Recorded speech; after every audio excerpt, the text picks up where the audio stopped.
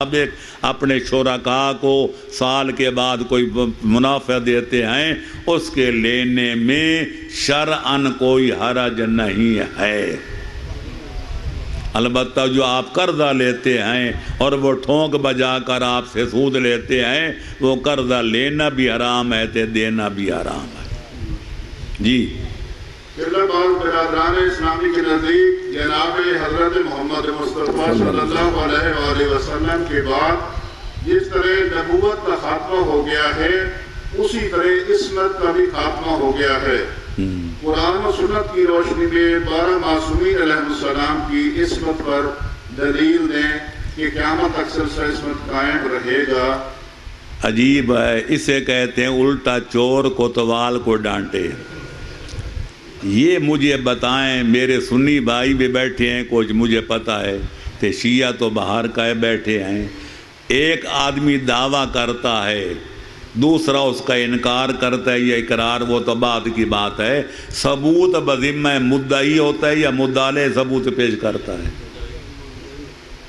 بولے نا، اگر جاگ رہے ہیں تو باقی میں تو سمجھتا ہوں آپ جاگ رہے ہیں، ڈاکٹر کا خیال ہے کہ کوئی حضرات اونگ رہے ہیں، تو لہذا ہمیشہ جو دعویٰ کرتا ہے ثبوت اس کے ذمے ہوتا ہے۔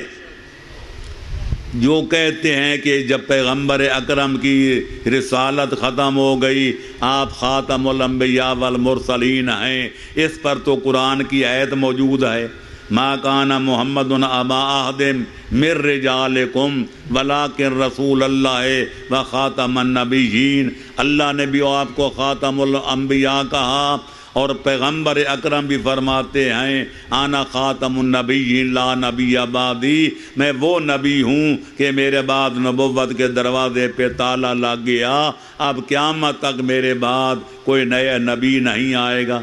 ثبوت مل گیا نا کہ ہم پیغمبر اکرم خاتم الانبیاء ہیں۔ میں پوچھنا چاہتا ہوں، جو دعویٰ کرتے ہیں کہ پیغمبر کی رسالت بھی ختم ہو گئی، عصمت بھی ختم ہو گئی، ان کو چیلنج کرتا ہوں، سارے قرآن سے ایک جملہ مجھے دکھا دیں یا پورے دفتر احادیث میں سے سیاستہ میں سے ایک روایت دکھا دیں کہ جس میں نبی اور علی نے کہا ہو یا کسی ہمارے نبی پر نبوت بھی ختم ہو گئی تھی، عصمت بھی ختم ہو گئی۔ جب قیامت تک کوئی ایسا پیش نہیں کر سکتا تو ماننا پڑے گا کہ عصمت ختم نہیں ہوئی۔ ان کا دعویٰ یہ ہے عصمت خاصہ انبیاء است، نبی صرف معصوم ہوتے ہیں، ان کے علاوہ کوئی معصوم نہیں ہوتا، لہذا جب نبوت ختم ہو گئی، عصمت ختم ہو گئی۔ میں کہتا ہوں یہ فارمولہ ہی غلط ہے، یہ کہنا کہ نبوت جو ہے، عصمت جو ہے نبوت کا خاصہ ہے۔ میں ان سے پوچھنا چاہوں گا جناب مریم معصومہ تھی یا نہیں؟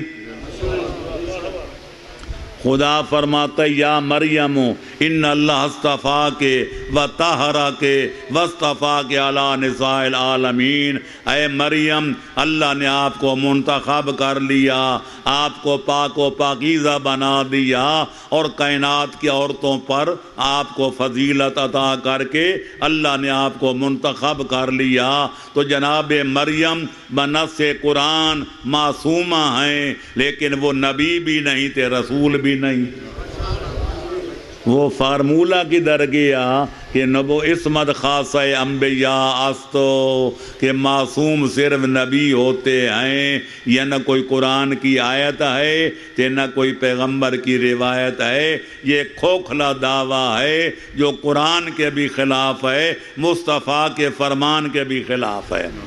قرآن کے کیسے خلاف؟ میں نے آج جناب مریم کی مثال پیش کر دی، اللہ ان کو معصومہ کہتا ہے جبکہ نبی بھی نہیں، وہ رسول بھی نہیں۔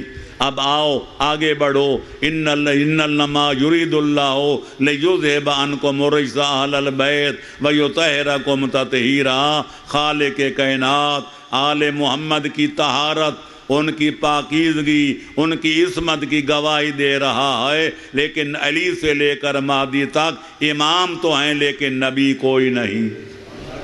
اور اگر حدیث دیکھنی ہو تو ارجع المطالب 1، ینابی المودت 2، مودت القربائے ہمدانی 3، اس کے علاوہ الریاض النظر 4 گواہوں کے بعد مجھ سے اور کسی گواہ کی ضرورت نہیں۔ یہ چاروں ہمارے بھائیوں کی کتابیں ہیں۔ پیغمبر اکرم فرماتے ہیں آنا و علی و فاطمۃ والحسن والحسین و تسعۃ من ولد الحسین معصومون مطہرون، میں اور میرا بھائی علی، میری دختر نیک اختر حسن حسین، اور وہ 9 امام جو نسل حسین سے ہونے والے ہیں، ہم سب کے سب معصوم عن الخطا ہیں۔ جو شک کرتا ہے وہ خارج از اسلام ہے۔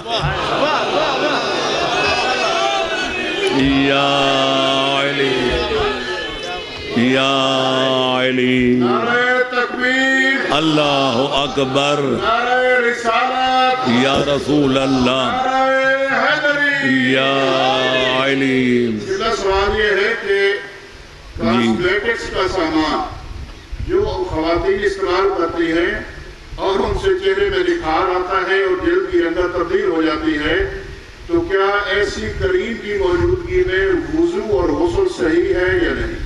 میں اور نہیں جانتا، مجھے نہ اس کریم کا پتہ ہے، نہ میں نے کبھی دیکھی ہے، نہ کبھی لگائی ہے، نہ کسی کو لگاتے دیکھا ہے۔ میں اتنا عرض کروں گا اگر اس کا کوئی حجم ہے، جس طرح ناخن پالش ہوتی ہے تو کھرچی جا سکتی ہے کینچی سے یا کسی شے سے، اور جب تک ناخن پر وہ پالش ہو وہ پانی ناخن تک نہیں پہنچتا۔ اگر کریم بھی ایسی ہے کہ اس کی موجودگی میں وضو کریں تو وضو جو ہے وہ چمڑے تک نہیں پہنچ سکتا، غسل کریں تو پانی ان کے جسم تک نہیں پہنچ سکتا، تو وضو بھی باطل تے غسل بھی باطل۔ اور اگر پانی پہنچ جاتا ہے تو سب کو جائز ہے، عورت کے لیے مرد کے لیے زینت کرنا جائز ہے، تے مرد کے لیے اپنی بیوی کے لیے زینت کرنا اچھی بات ہے، تاکہ عورتیں اپنے شوہروں کے لیے زینت کریں، تاکہ ان کے مرد آوارہ گردی نہ کریں۔ کہ مردوں کو بھی چاہیے ایسے بدبودار نہ ہوں کہ جب بیوی کے پاس جائیں تو ناک بند کر کے وہ کہے کہ ذرا دور۔ لہذا حکم ہے کہ مردوں کو چاہیے عورتوں کے لیے زینت کریں، کہ عورتوں کو چاہیے اپنے شوہروں کے لیے زینت کریں، اس میں کوئی حرج نہیں۔ لیکن وہ پانی والی بات ہے، وہ بہتر جانتی ہیں، ان سے پوچھ لینا کہ پانی پہنچتا ہے یا نہیں پہنچتا۔ جی یا علی۔ میرا سوال یہ ہے کہ مرزائی ڈاکٹر سے علاج کروانا جائز ہے یا نہیں؟ مرزائی ڈاکٹر کی فیس مسلمان ڈاکٹر سے بہت کم ہے۔ میرے محترم، مرزائی ہو یا اس کا دین اپنے ساتھ ہے، آپ نے علاج کرانے ہندو سے بھی کرا سکتے ہیں، سکھ کی بھی کرا سکتے ہیں۔ آپ نے انسانیت بچانی ہے، آدمی کی جان بچانی ہے، جہاں سے بھی بچ جائے۔ آپ کو اس سے کیا غرض کہ اس کا دین کفر ہے یا دین اسلام ہے، وہ یہودی ہے یا نصرانی ہے، اس کا فائدہ تمہارے لیے تو نقصان اس کا اپنے لیے۔ اسلام دین فطرت ہے، یہ تعصب اس میں قطعاً نہیں ہے کہ آپ مر رہے ہوں کہ ڈاکٹر موجود ہو غیر مسلمان، آپ کہیں مرنا گوارا ہے پر غیر مسلمان سے علاج نہیں کرائیں گے۔ شریعت تو کہتی ہے جان اتنی عزیز ہے، اگر آپ مر رہے ہیں بھوک سے اور سوائے خنزیر کے گوشت کے آپ کے پاس کوئی کھانے کی چیز نہیں ہے، اتنی مقدار کھا لیں کہ جان بچ جائے۔ اللہ فرماتا ہے لا اسم علیہ ومن اضطر غیر باغ ولا عاد فلا اسم علیہ، اگر سور کا گوشت بھی مجبوراً کھانا پڑ جائے تو کوئی گناہ نہیں ہے۔ جو شریعت جان کی حفاظت کے لیے سور کا گوشت کھانے کی اجازت دیتی ہے، وہ غیر مسلمان ڈاکٹر سے علاج کرانے کی اجازت نہیں دے گی۔ لہذا اسلام میں تعصب نام کی کوئی شے نہیں ہے۔ شجر ہے فرقہ آرائی، تعصب ہے ثمر اس کا، یہ وہ پھل ہے جو جنت سے نکلواتا ہے آدم کو۔ جی سوال یہ ہے کہ ایک آدمی کچھ زمین مسجد و امام بارگاہ کے لیے وقف کرنا چاہتا ہے، مگر اس کی شرط یہ ہے کہ جو زمین وہ وقف کرے گا وہاں پر ہی مسجد اور امام بارگاہ بنائی جائے. ہمیں وہ جگہ مسجد اور امام بارگاہ کے لیے موزوں نظر نہیں آتی اور ہم اس جگہ کو بیچ کر کہیں اور یہی کام کرنا چاہتے ہیں، لیکن وہ شخص اس بات پر رضامند نہیں ہے. اس کے بارے کیا حکم ہے؟ بس بات ختم ہوگی. جب واقف جو ہے وہ راضی نہیں ہے کہ کسی اور جگہ مسجد بنائی جائے. ہمارا تو ایوب کے دور میں مطالبہ بھی یہی تھا. آج قائد صاحب کہہ رہے تھے کہ ہم نے سب سے پہلا قائد جو تھا 1964 میں ہم نے کراچی کے امام بارگاہ رضویہ میں 300-400 علماء نے اکٹھے ہو کر جناب خطیب اعظم حضرت مولانا سید محمد دہلوی کو قائد چنا تھا.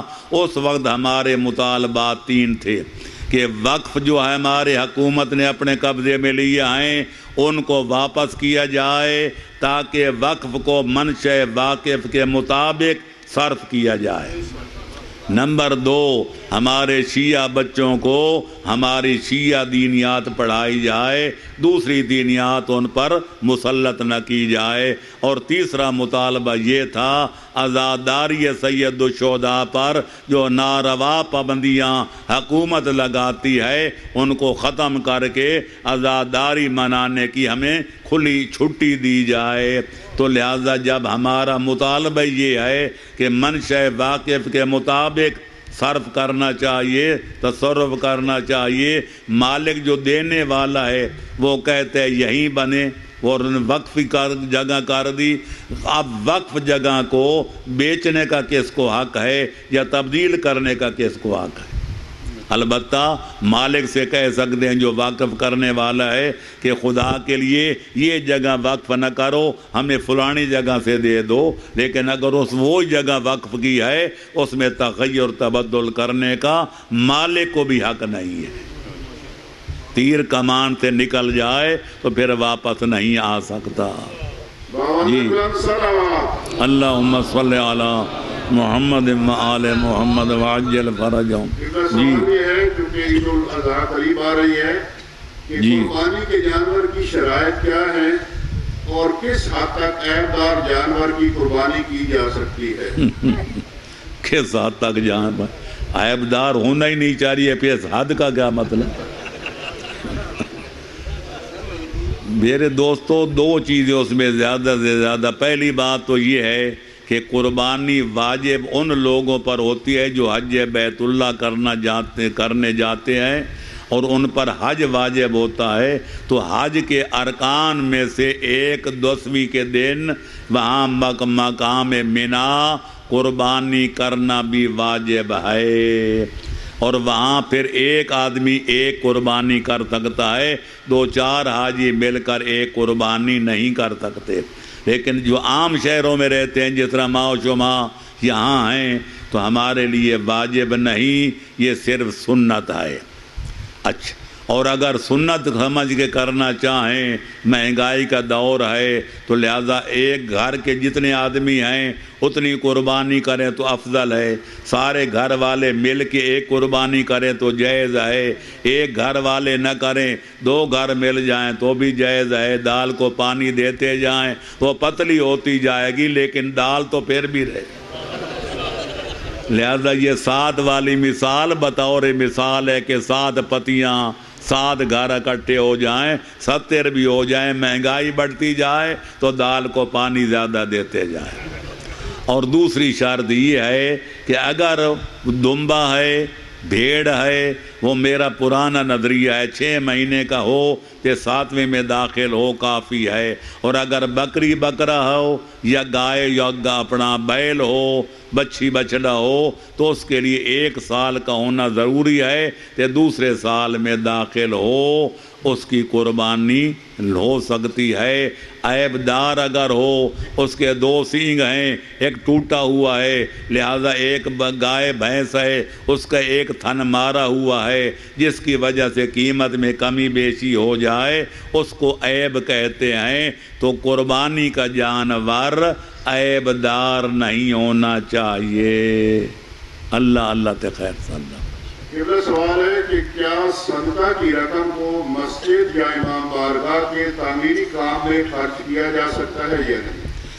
ہر کار خیر پہ صدقہ لگ سکتا ہے، مسجد ہو، امام بارگاہ ہو، یا کوئی اسپتال ہو، یا کوئی چاہ ہو، یا کوئی پل ہو، یا کوئی سڑک، لیکن جب آدمی غریب بھوکے مر رہے ہوں تو سب سے افضل مصرف یہ ہے کہ بیماروں کی جان بچائی جائے، بھوکوں کا پیٹ بھرا جائے، ننگوں کو کپڑا دیا جائے، پیاسوں کو پانی پلایا جائے۔ خدمت انسانیت سے بڑھ کر کائنات میں کوئی نیکی نہیں ہے۔ یہی ہے عبادت، یہی دین و ایمان کے کام آئے دنیا میں انسان کے انسان۔ اور صدقہ مہیا بھی مقرر بھی ان غریبوں کے لیے کیا گیا ہے جن کو روٹی نہیں ملتی، جن کو کپڑا نہیں ملتا، اور پھر ایسے شریف بھی ہوتے ہیں وہ مرنا گوارا کر سکتے ہیں لیکن لوگوں کے سامنے ہاتھ پھیلانا گوارا نہیں کرتے۔ یہ زکوٰۃ اور خمس دینے والے پر اور صدقہ دینے والے پر لازم ہے اپنے علاقے کے لوگوں کا تجسس کرے، تو لگائے ان میں بیوہ عورت کون ہے، یتیم بچہ کون ہے، شریف اور غریب نادار جو ہے وہ حیادار غریب کون ہے، اس کا فرض ہے پھر مانگے بغیر ان کے گھروں میں ضروریات زندگی پہنچائے۔ بے طلب دیں تو مزہ اس میں ثواب ملتا ہے، وہ گدھا جس کو نہ ہو خوہ سوال اچھا ہے۔ جی میرا سوال یہ ہے کہ ایک صنعت کار گاڑیوں میں استعمال ہونے والا ہائیڈرولک پمپ تیار کرتا ہے، دکاندار اس سے تقاضا کرتے ہیں کہ وہ میڈ ان پاکستان کی بجائے میڈ ان اٹلی کی مہر لگائے تاکہ اس سے کاروبار زیادہ چمکے گا، کیا یہ جائز ہے یا نہیں؟ اس کے ضمیر سے پوچھو، اس کا ضمیر بتا دے گا یہ فراڈ بازی ہے، یہ جائز نہیں ہے۔ ایک آدمی نے امام موسیٰ کاظم علیہ السلام سے مسئلہ پوچھا، اللہم صلی علی محمد، مولا گانا بجانا جائز ہے یا ناجائز ہے؟ امام نے فرمایا تو نے مجھ سے سوال کیا، میں تو ہی سے سوال کرتا ہوں۔ لو میز اللہ بین الحق والباطل، خدا حق کو الگ کر دے باطل کو الگ کر دے تو ہی بتا گانا بجانا حق والی طرف ہوگا یا باطل والی طرف؟ کہنے لگے مولا میرا ضمیر کہتے ہوگا تو باطل والی طرف۔ فرمایا تو نے خود فیصلہ کر دیا، مجھ سے کیا پوچھتا ہے؟ ایک چیز پاکستان میں بنی ہے کہ آپ اس پر لکھتے ہیں میڈل جاپان، تے میڈل امریکہ، تے میڈل فلانا، یہ دھوکہ ہے یا نہیں ہے؟ تے پیغمبر فرماتے ہیں من غشا اخاہ المسلم فلیس بمسلم من، جو مسلمان کہلائے تے مسلمان کو دے دھوکہ وہ میرا مسلمان کہلانے کا حقدار نہیں ہے۔ کپڑا یہاں فیصل آباد میں بنا گیا ہو، آپ کہیں لندن کا بنا ہوا ہے، لوگ تاکہ اس کو مہنگا خریدیں، ہاتھوں ہاتھ خریدیں، یہ فراڈ نہیں تو کیا ہے؟ دودھ خالص ہو کہ اس میں ایک سیر میں 2 سیر پانی پلائیں تے ملائیں تے پھر ماشاءاللہ آٹا واٹا کوئی جو ہے وہ اس میں ڈال کے اس کو گھاٹا بنائیں تے پھر قسمیں کھائیں، خالص بھینس کا دودھ ہے۔ آپ اپنے ضمیر سے پوچھیں، آپ دھوکہ دے کر پیسے کما رہے ہیں یا حلال کمائی کر رہے ہیں؟ رات کو دودھ جمائیں تے ماشاءاللہ 2 سیر ڈالڈا بھی لا کر اس میں ڈال دیں تے صبح ماشاءاللہ مدانی مار کے دودھ گھی نکالیں تے لوگوں کو خدا حاضر ناظر ہے، خدا کی قسم خالص گائے کا دودھ مکھن ہے، اس کو کون بتائے کہ 1 سیر میں 2 سیر ڈالڈا ہے؟ یہ دھوکہ دینا مسلمان کا کام نہیں ہے۔ جو مسلمان ہے وہ دھوکہ باز نہیں ہوتا، جو دھوکہ باز ہوتا ہے وہ مسلمان کہلانے کا حقدار نہیں ہے۔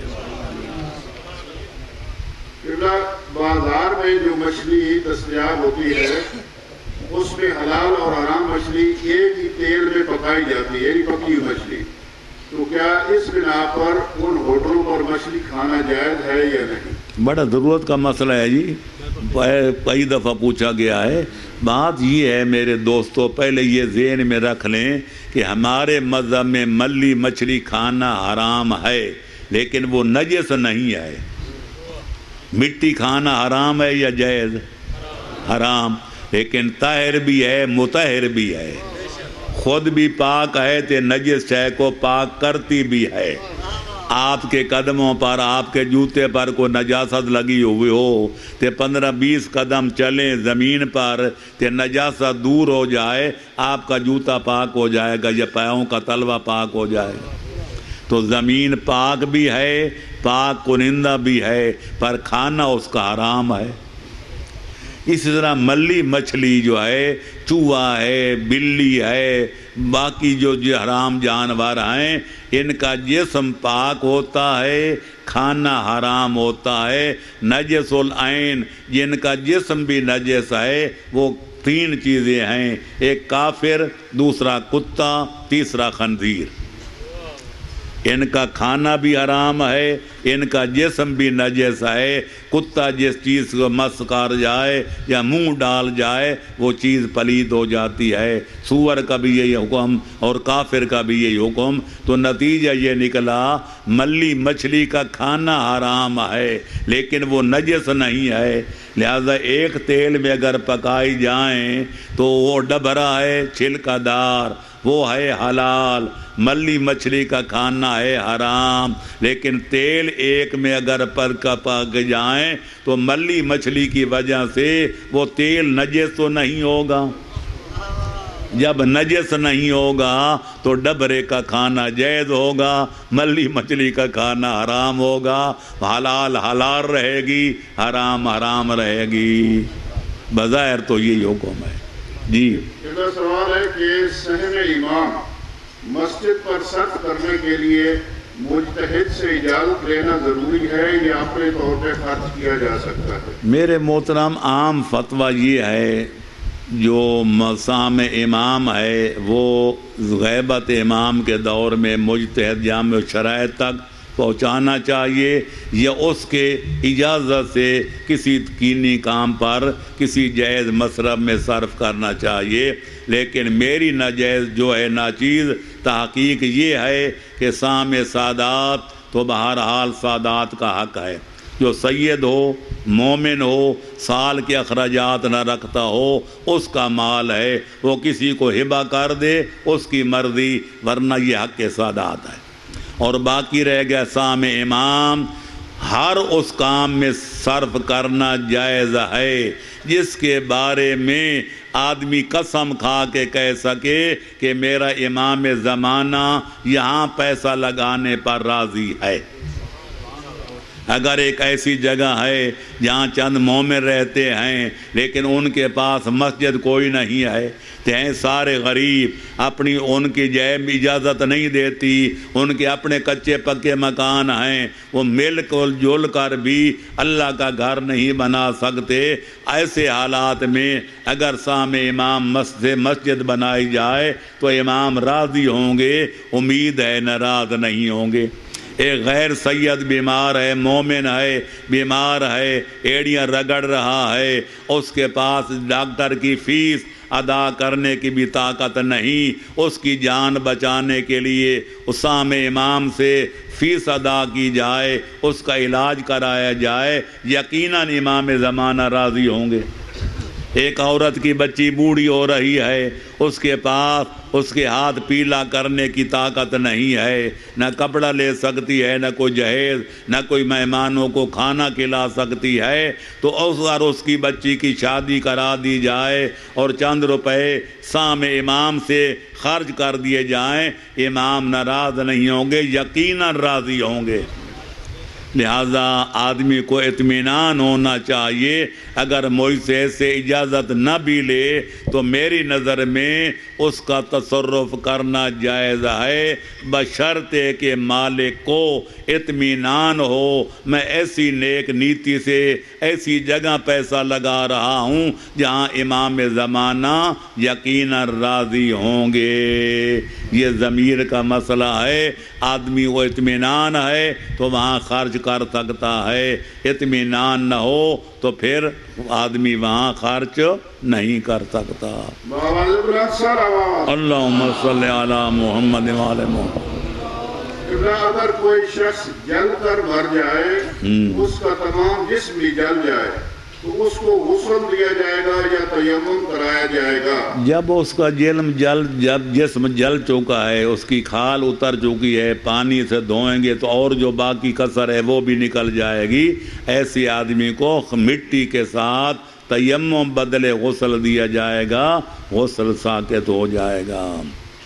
سوال ہے کہ جناب سیدہ سلام اللہ علیہا کا حق کی مہر کتنا مقرر ہوا تھا، جو کہ پاکستانی کرنسی میں کتنا بنتا ہے؟ ہاں، یہ بیان یہ جو لوگوں میں مشہور ہے، لاکھوں روپے خرچ کرتے ہیں شادیوں پر، جب حق مہر کا سوال ہو تو کہتے 105 107 125۔